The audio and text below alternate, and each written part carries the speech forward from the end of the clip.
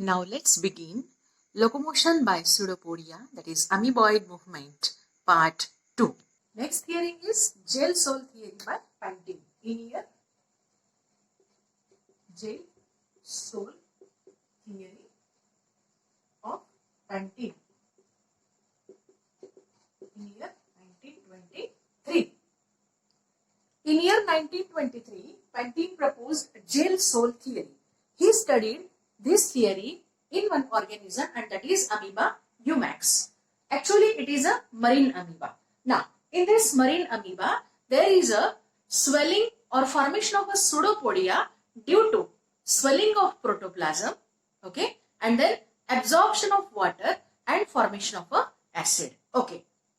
अब यहाँ पे भी वही बात होती है कि एंटीरियर साइड में there is a formation of the ectoplasm and ectoplasm forms one tube. Okay, ectoplasm forms a tube, but ectoplasm means gel. Gel forms a tube. Now, the gel at the rear end, okay, gel at the rear end is converted to sol. Okay, and this sol is pushed inside the pseudopodia or the gel tube. This way, there is a locomotion. Okay, theory is theory of molecular folding and unfolding. ये पहली theory है जो explain करने की कोशिश करती है कि how there is a conversion of a sol into gel and gel into sol, जो कि सोल जेल थियरी में नहीं हो पाया था. And the theory was proposed by Goldecker and Lorsch in year 1950. अब ये थियरी की जो चीजें हैं, बेसिक चीजें, वो ये है कि जब प्रोटीन्स, जो भी प्रोटीन्स वहां पे है साइटोप्लाज्म में, वो फोल्डेड कंडीशन में रहते हैं तो सोल कंडीशन यानी कि एंडोप्लाज्म के जैसा लिक्विड फ्लूइड होता है. ठीक है. एंड जब भी ये अनफोल्डेड कंडीशन में प्रोटीन रहेंगे तो वहां पे जेल रहेगा. जेल कहां पे है? एक्टोप्लाज्म पे. और सोल कहां पे है? एंडोप्लाज्म में. ये चीज हमको याद रखनी है. ठीक है. अभी दूसरी चीज यहाँ पे मैंने शो करने की कोशिश की हुई है कि how the proteins are in a folded condition and they form the sol. यहाँ पे सोल रहेगा. And how the proteins are in the unfolded condition and they form the gel, और जेल जो है वो एक्टोप्लाज्म में रहेगा. Is that clear? यहाँ पर एक और चीज हमको याद रखना है. सो मतलब सोल और फो मतलब folded protein. Okay. And you मतलब अनफोल्डेड प्रोटीन एंड जी मतलब जेल. इस तरह से आपको इसको याद रखना है. अब होता ऐसे है कि जहां पे सूडोपोडिया बनने वाला है वहां पर क्या होगा? Unfolding means formation of the jail.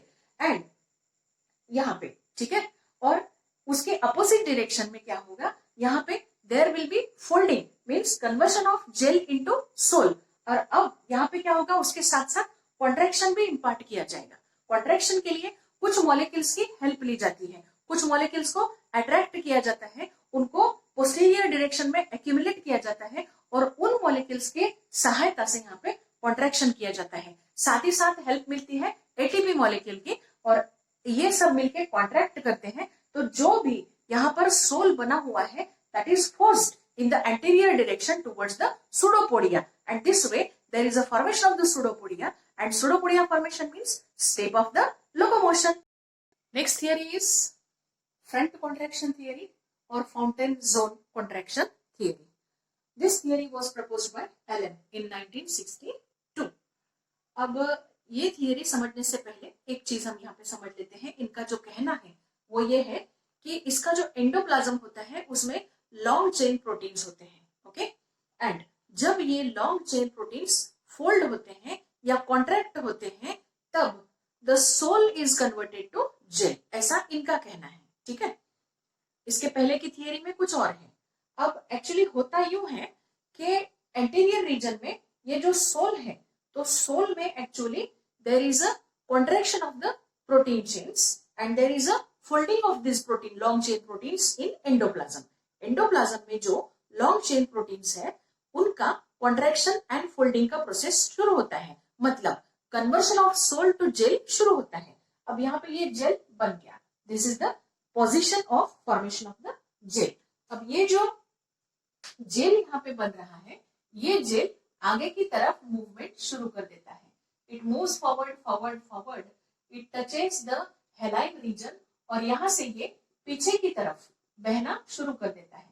इसकी वजह से जिस तरह से फव्वारा होता है पानी का, उस तरह से फाउंटेन के जैसा इसका फॉर्मेशन हो जाता है। एंड इसके कारण there is a creation of a tension and that tension is transmitted, okay, and because of that tension the organism moves forward, ऐसा एलन की थियरी का कहना है। Is that clear? Next theory is the rear contraction and hydraulic theory. This theory was proposed by Rinaldi and Jane in year 1963. According to this theory, यहाँ पे हम फिर से एक बार इस ऑर्गेनिज्म को देख लेते हैं। ये है अपना अमीबा, तो इसको है बाहर से प्लाज्मा मेम्ब्रेन और ये है इसका हेलाइन रीजन। ओके, आगे चलते हैं। ये है एक्टोप्लाज्म, ये है एंडोप्लाज्म। एक्टोप्लाज्म मतलब जेल एंड एंडोप्लाज्म मतलब सोल। अब होता यूं है कि यहाँ पे कॉन्ट्रैक्शंस चलते हैं, ठीक है, एंड ये जो पिछले हिस्से का पोस्टीरियर एंड का जो जेल है that is converted to getting converted to sol. अब ये होते समय जो कॉन्ट्रैक्शंस हो रहे हैं उसकी वजह से यहाँ पे हाइड्रोलिक प्रेशर क्रिएट होता है। The hydraulic pressure is highest at the posterior most end. It is moderate at the middle and less at the anterior region. लेकिन यहाँ पे होता यूं है कि यहाँ पे जो एक्टोप्लाज्म है या जेल है, jail is becoming thinner and thinner. अब होता यूं है कि because of hydraulic pressure, this soul from the posterior side is forced in the forward direction or front direction. अब यहाँ पे जो weak हो चुका वाला जेल है, it breaks, okay, and the soul flows forward. ठीक है, तो यहाँ पे सोल आगे बह गया, मतलब यहाँ पे सूडोपोडिया फॉर्म हो गया, और सूडोपोडिया फॉर्म हो गया तो लोकोमोशन शुरू हो गया। थियरी नंबर 10 है एक्टिन मायोसिन इंटरेक्शन थियरी। अब इस थियरी में 3 लोग शामिल हैं, 3 लोगों का वर्क है यहाँ पर। तो सबसे पहले पोलर एंड आइटो, इन्होंने 1972 में ये फाइंड आउट किया था कि अमीबा के साइटोप्लाज्म में एक्टिन एंड मायोसिन प्रेजेंट होते हैं। What is actin and myosin? They are the proteins. जैसे मेटाजोआ के मसल्स में एक्टिन एंड मायोसिन होते हैं, वही उसी तरह के एक्टिन एंड मायोसिन यहाँ पे पाए गए।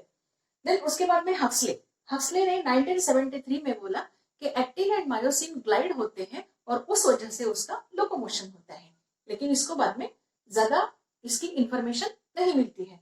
उसके बाद में स्टॉकिन जो है उन्होंने 1982 में ये बोला कि जेल में एक्टिन फिलामेंट्स होते हैं या एक्टिन प्रोटीन होता है एंड सोल में मायोसिन होता है। उसके आगे वो कहते हैं कि एक्टिन फिलामेंट जो है वो कॉन्ट्रैक्ट हो जाता है और उसके कॉन्ट्रैक्शन की वजह से there is a creation of a hydraulic pressure. अब ये जो हाइड्रोलिक प्रेशर है उसकी वजह से सोल में मायोसिन है और ये सोल आगे की तरफ धकेला जाता है, पुश फॉरवर्ड होता है टू डेवलप अ सूडोपोडिया। एक बार सूडोपोडिया डेवलप हो गया तो लोकोमोशन शुरू। तो हमारे वीडियो की ये लास्ट थियरी है, that is the osmotic theory of amoeboid flow.